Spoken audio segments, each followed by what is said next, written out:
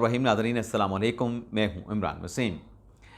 नाज़रीन, पाकिस्तान तहरीक इंसाफ की 3 शख्सियात पे इल्ज़ाम लगता है, जिनमें PTI के चेयरमैन बैरिस्टर गौहर अली ख़ान, खैबर पख्तूनख्वा के वज़ीर आला अली अमीन गंडापुर और KP हुकूमत के तर्जमान बैरिस्टर सैफ। इन तीनों शख्सियात को सर्कल किया जाता है, क्वेश्चन किया जाता है, निशाना बनाया जाता है। इल्ज़ाम यह लगता है कि ये विकेट के दोनों तरफ खेलते हैं। इमरान खान साहब ने जो 5 अगस्त की एहतजाजी तहरीक का ऐलान कर रखा है, उस एहतजाजी तहरीक के अनाउंसमेंट में इमरान खान साहब की यह वार्निंग भी शामिल है कि पार्टी में जो विकेट के दोनों तरफ खेलने वाले हैं, ऐसी शख्सियात की पार्टी में कोई गुंजाइश नहीं। लेकिन इस प्रोग्राम में एक और शख्सियत की ख़बर आपके साथ हम शेयर करने जा रहे हैं। अहम रहनुमा है पाकिस्तान तहरीक इंसाफ के। अब उनको क्वेश्चन किया गया है, अब उस अहम शख्सियत को सर्कल किया गया है कि ये भी विकेट के दोनों जानब खेलते हैं, PTI की तरफ भी और एस्टेब्लिशमेंट की तरफ भी, PTI की तरफ भी और हुकूमत की तरफ से भी खेलते हैं। अब ये चौथी अहम शख्सियत कौन है, किसको सर्कल किया गया है, ये ख़बर आपके साथ हम शेयर करेंगे। अलीमा खान साहबा का कौन सा काम हो गया है और अब आगे क्या होगा। हमाद अज़हर ने क्यों सरेंडर करने का फ़ैसला किया है। कुछ और भी अहम खबरें हैं, उनकी डिटेल पे भी बात करेंगे। लेकिन व्लॉग का आगाज़ करने से पहले आपसे दरख्वास्त के चैनल को सब्सक्राइब कर लें, बेल आइकॉन का बटन प्रेस करें। वीडियो पसंद आए तो इसे लाइक और शेयर ज़रूर कीजिएगा। तो सबसे पहले नाज़िम मिफ्ता इस्माइल की बात कर लेते हैं, क्योंकि इंट्रो में उसका जिक्र नहीं हुआ। PDM की पहली हुकूमत में शहबाज शरीफ के वज़ीर ख़जाना थे। जब वो वज़ीर ख़जाना थे, उनके दौर में एक फ़ैसला होता है और वो फ़ैसला पेपरा रूल से हट किया जाता है। एक प्रोजेक्ट जिसका नाम नशो-व-नुमा प्रोग्राम रखा गया, 2 अरब से उसकी मालियत को 21.5 अरब कर दिया जाता है। आज पार्लियामेंट हाउस में एक रुकने पार्लिमान के सवाल पे हुकूमत ने यह एतराफ़ किया है, वफाकी वज़ीर तारिक फ़ज़ल चौधरी ने, कि 2022 में मिफ्ता इस्माइल के दौर में नशो-व-नुमा प्रोग्राम, जिसका मकसद ये था कि दही, जो हामला ख़वातीन और जो कम खुराक के जो बच्चे हैं, मतलब जिनको खाने को कम मिलता है, जिनमें ग़िज़ाइयत की खुराक की कमी हो जाती है, ऐसी ख़वातीन और ऐसे बच्चों को मुतवाज़िर खुराक की फ़राहमी के लिए 2 अरब की मालियत से एक प्रोग्राम शुरू किया गया, जिसको मिफ्ता इस्माइल साहब ने हुकूमत के नॉलेज में लाए बगैर उसकी मालियत को, उसके बजट को 21.5 अरब तक कर दिया। अब उस ग़िज़ाइयत की कमी के शिकार बच्चों के लिए और दही हामला ख़वातीन की सेहत तंदुरुस्ती के लिए ये जो प्रोजेक्ट था, इसके लिए प्रोक्योरमेंट और जो तरसील का काम था, ये आलमी इदारा खुराक को दे दिया गया। और आलमी इदारा खुराक का अपना मैकेनिज़्म है चीज़ों की प्रोक्योरमेंट करने का। पेपरा रूल्स का उन पर इतलाक़ नहीं किया गया। और फिर जब ये ज़िम्मेदारी आलमी खुराक इदारे खुराक को दे दी गई, तो हुकूमत ने ये बताया है कि इनडायरेक्टली फिर आलमी इदारे खुराक ने ये प्रोक्योरमेंट और तरसील का काम मिफ्ता इस्माइल की कंपनी इंडस्ट्री को दे दिया। यानी मिफ्ता इस्माइल का फ़ैसला इस प्रोजेक्ट को मुल्क के तमाम अज़ला तक ले जाने, इसकी मालियत को 2 अरब से 21 अरब तक बढ़ाने और फिर इस सारे खाने पीने की चीज़ों की जो तरसील और प्रोक्योरमेंट है, इसका ठेका आलमी इदारा खुराक से मिफ्ता इस्माइल साहब को मिल जाता है। तो आज ये मामला पार्लियामेंट में डिस्कस हुआ, तारिक फ़ज़ल चौधरी ने एतराफ़ किया और ये मामला अब मुतल्लिका कमेटी को भिजवा दिया गया है। आप अंदाज़ा कर लें कि हामला ख़वातीन, दही हामला ख़वातीन, खुराक की कमी का शिकार, ग़िज़ाइयत की कमी का शिकार बच्चों के लिए जो एक प्रोजेक्ट चल रहा है, उसमें भी अपना फ़ायदा सोचा जा रहा है। पेपरा रूल का इतलाक़ नहीं, और ये मालियत, इसके जो फंड्स हैं, ये बढ़ के 97 अरब, यानी अब तक इस पर 97 अरब खर्च किए गए हैं। अब देखते हैं इसकी इंक्वायरी में क्या निकलता है। अलीमा खान साहबा का नाज़रीन काम ये हुआ है माफ़ कीजिएगा नाज़रीन, जो उन्होंने ATC अदालत रावलपिंडी में और इस्लामाबाद हाई कोर्ट में एक पटिशन दायर की थी कि इमरान खान साहब के वकालतनामे, पावर ऑफ अटॉर्नी सिग्नेचर करवा के दिए जाएं। तो इस्लामाबाद हाई कोर्ट में तो पटिशन पेंडिंग है, लेकिन ATC अदालत रावलपिंडी जज अमजद अली शाह साहब ने अलीमा खान साहबा के इस पटिशन पे ऑर्डर कर दिया था कि इमरान खान ने 9 मई के केसेस में सुप्रीम कोर्ट में चूंकि अपील दायर करनी है, तो लिहाजा अडयाला जेल के इंतज़ामिया इमरान खान के वकालतनामे उनसे साइन करा के लीगल टीम के हवाले कर दें।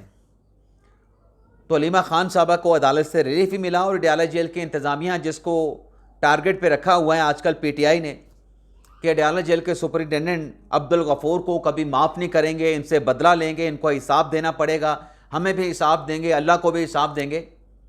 उस सुपरिटेंडेंट ने 8 वकालतनामे इमरान खान साहब के सिग्नेचर करा के, इंतज़ामिया की स्टैम्प करा के इमरान खान साहब की लीगल टीम के हवाले कर दिए हैं।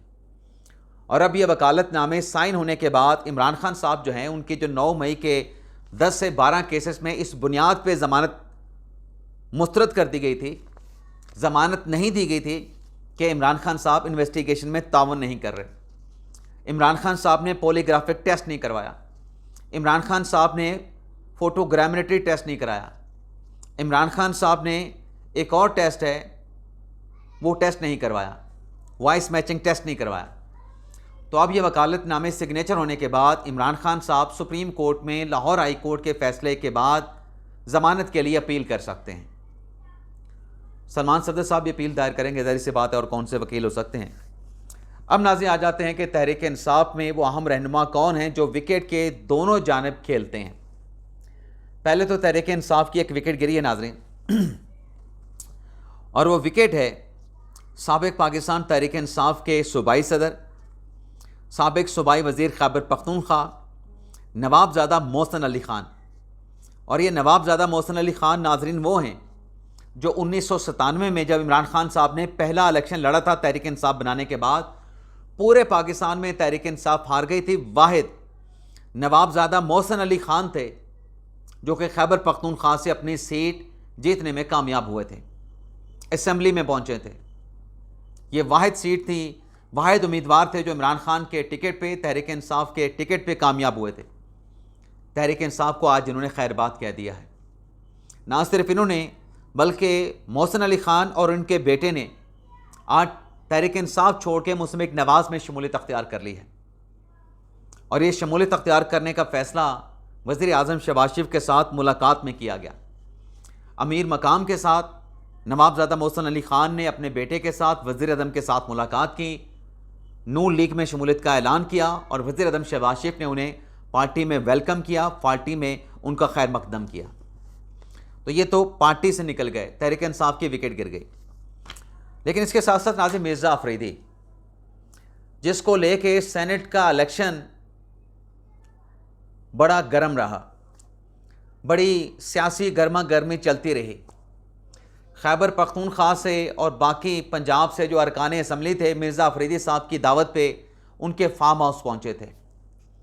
तहरीक इंसाफ के अपने बुनियादी कारकुनान ने एतराज़ उठाया कि मिर्ज़ा अफरीदी का नाम सेनेट के उम्मीदवारों की लिस्ट में नहीं था। नाराज़ अरकान अपनी सीटों पे, अपने नॉमिनेशन पेपर पे डट गए। इल्ज़ाम लगाया गया कि जो फहरिस्त है उसको तब्दील करके, टेम्परिंग करके मिर्ज़ा अफरीदी का नाम शामिल किया गया, इरफान सलीम का, खुरम ज़ीशान का नाम निकाल दिया गया। अब सेनेट का इलेक्शन हो चुका है, मिर्ज़ा अफरीदी साहब सेनेट के रुकन बन चुके हैं। कल मिर्ज़ा अफरीदी साहब ने यह ऐलान किया था पार्लियामेंट के बाहर गुफ्तगू करते हुए कि चेयरमैन सेनेट और डिप्टी चेयरमैन सेनेट के ख़िलाफ़ हम अदम एतमाद की तहरीक लेके आएंगे। अब नंबर अगर आपके हुकूमत के आसपास हों तो आप 2, 4, 5 अरकान की मैनिपुलेशन या उनकी मैनेजमेंट आप कर लेते हैं, उनको मैनेज कर लेते हैं। यहाँ पे ज़मीन आसमान का फ़र्क है। लेकिन मिर्ज़ा अफरीदी साहब कह रहे हैं कि चेयरमैन सेनेट और डिप्टी चेयरमैन सेनेट के खिलाफ अदम एतमाद की तहरीक लेके आएंगे, लेकिन साथ में उन्हें भी कहा कि पहले पार्टी में मुशावरत करेंगे। पार्टी में मुशावरत हुई नहीं, ऐलान पहले कर दिया गया। अब ये जो मिर्ज़ा अफरीदी साहब हैं, इनसे मुतल्लिक जो KP असम्बली के अपोजिशन लीडर हैं डॉक्टर इबादुल्ला, उनकी तरफ से दावा किया गया है कि मिर्ज़ा अफरीदी जिन्होंने 9 मई के बाद तहरीक इंसाफ को खैरबाद कह दिया था, 9 मई के बाद वो तहरीक इंसाफ के साथ नहीं रहे थे, अपनी राहों को जुदा कर लिया था, नून लीग में शामिल हो चुके थे,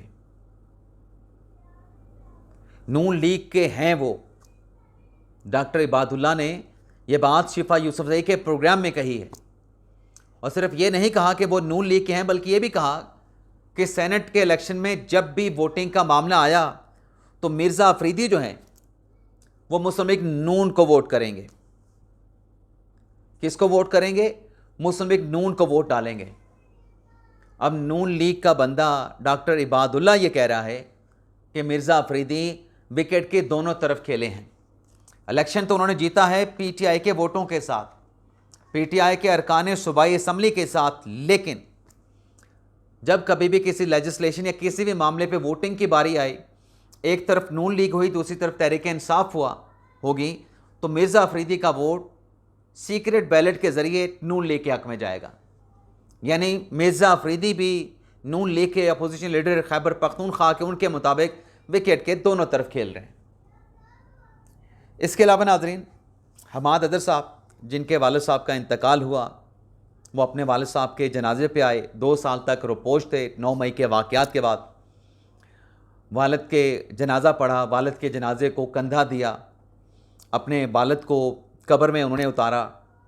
उसके बाद फिर हमने ये देखा कि सियासी रवादारी के नून लीग के रहनुमा भी जा रहे हैं, बाकी सियासी जमातों के रहनुमा भी मियां अज़हर साहब की मग़फ़रत के लिए हमाद अज़हर के पास जा रहे हैं, क्योंकि हमाद अज़हर साहब का नून लीग के साथ पुराना ताल्लुक़ रहा है, काफ लीग के साथ पुराना ताल्लुक़ रहा है, PTI में तो अब शामिल हुए थे।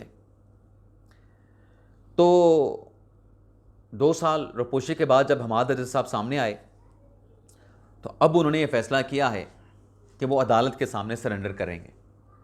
हालांकि वो इश्तिहारी थे, उनकी गिरफ्तारी भी पुलिस कर सकती थी, लेकिन पंजाब हुकूमत ने ऐसा कोई कदम नहीं उठाया, जो कि एक अच्छा फ़ैसला है और होना भी यही चाहिए था। ऐसी सोच भी जहन में नहीं आनी चाहिए थी।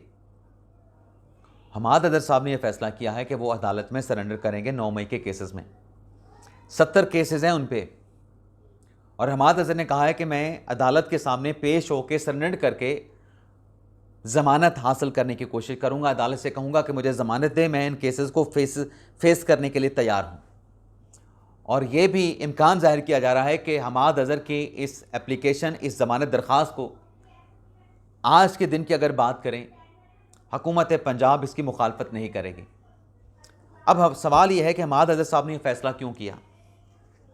हमाद अज़हर साहब जो कि 2 सालों से रिपोश थे, वालिद के जनाजे पे आ गए, जनाजा पढ़ लिया, बाकी सब कुछ भी हो गया, तो अब सरेंडर क्यों कर रहे हैं?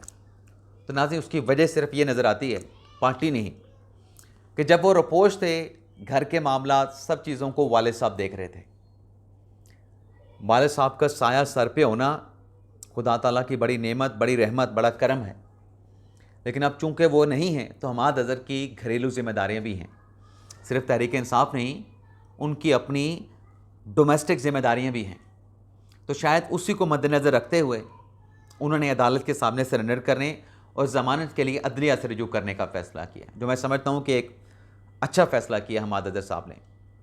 इसके अलावा नाज़रीन, जाते जाते टिकटॉकर सना यूसुफ, जिसका कत्ल कर दिया गया था घर पे एक नौजवान उमर हयात ने, उमर हयात को पुलिस ने गिरफ़्तार किया। 24 घंटों के अंदर उसको गिरफ़्तार करके इन्वेस्टिगेशन की गई। आज ये हुआ है कि उमर हयात, जिसने एतराफ़ जुर्म भी कर लिया था, सना यूसुफ को गोली मारने का एतराफ़ भी कर लिया था, पुलिस ने चालान तैयार करके अदालत में पेश कर दिया है। अब चालान की नकूल मुल्ज़म को दी जाएगी, मुल्ज़म के वकील को दी जाएगी, और जैसे नकूल तकसीम करने का सिलसिला इख्तिताम पजीर होगा, मुकम्मल होगा, तो सना यूसुफ के कत्ल का बाज़ाब्ता तौर पे ट्रायल का आगाज़ हो जाएगा। जब ट्रायल का आगाज़ होगा तो फ़र्द जुर्म लगेगी, दलाइल होंगे, शवाहिद पेश होंगे, मुल्ज़म का एतराफ़ी बयान भी लगेगा, और अल्टीमेटली अदालत इस केस का फ़ैसला सुनाएगी। ज़्यादा इसमें ताख़ीर या इस केस को प्रोलॉन्ग नहीं किया जा सकता। तो ये नाज़िर हमारा आज का वीडियो लॉग, आपसे इजाज़त चाहते हैं। अल्लाह ताला हम सब का हामी नाज़िर अपनी दुआओं में याद रखिएगा। अल्लाह हाफ़िज़।